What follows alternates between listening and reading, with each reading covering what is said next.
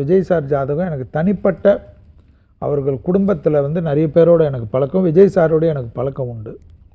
So நான் அரசியலில் வேறு இருக்கலாம், எனக்கு நிறைய பேரோட தனிப்பட்ட பழக்கம். அவருடைய ஜாதகம் நீச்சபங்க ராஜயோகன்றது பர்ஃபெக்டாக ஞாபகம் வச்சுக்கோங்க. அந்த நீச்சபங்க ராஜயோகம் கரெக்டாக வேலை செய்யும், தோக்காது. ஸோ விஜய் சார் இது வந்து கரெக்டாக இப்போதைக்கு அவர் ஒரு வலிமை மிக்க ஒரு ஜாதகமாக அவருடைய ஓட்டு வங்கியெல்லாம் என்னை பொறுத்த வரைக்கும் இப்போதைக்கே நான் பார்த்த வரைக்கும், இன்னும் தேர்தலுக்கு இன்னும் நிறைய நாள் இருக்குது. நிறைய பேர் 7%, 8%, 5% வாங்க. என்னை பொறுத்த வரைக்கும் 18% கிராஸ் பண்ணிவிட்டு ஓடின்ட்டுருக்காரு.